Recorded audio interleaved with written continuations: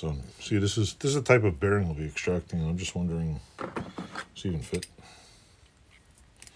Maybe. Well, no, it doesn't fit. What about this one? Kind of, sort of, maybe. Not really. I'm guessing this thing moves out a little. Whatever.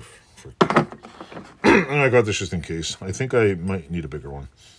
Because, won't fit you that side. Yeah. Anyway, if it doesn't work, it doesn't work. But there's also the, I don't have it in here. The race I gotta get out, which I'll use the other one for. But I bought this to see, just in case. Plus, look at this fancy thing. Isn't it nice? Chrome. Tout chrome. I can use this as a... Anyway, I'm going to be making a video of this. It's pretty decent. It's not fancy. Honestly, I don't know what... I couldn't tell you shit about this. Other than, I'm pretty sure it's going to come in handy because occasionally I remove bearings. And I've never...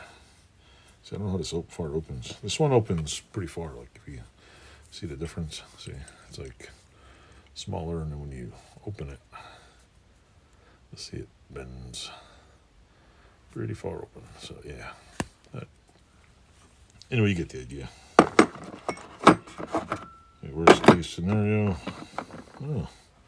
you would think this would be smaller so you can slide it beneath. I mean, worst case, I could grind this off, put it in my lathe or a grinder so I can slip it under the bearing. You'd figure this would be smaller, but I guess not. I wonder how far it stretches to. I'm sure it goes out a little bit. This thing is, on the inside here. Now I got it too tight in there. Shit, there we go. It's just a pin that goes in there and pushes it. This doesn't look like it's going to budge.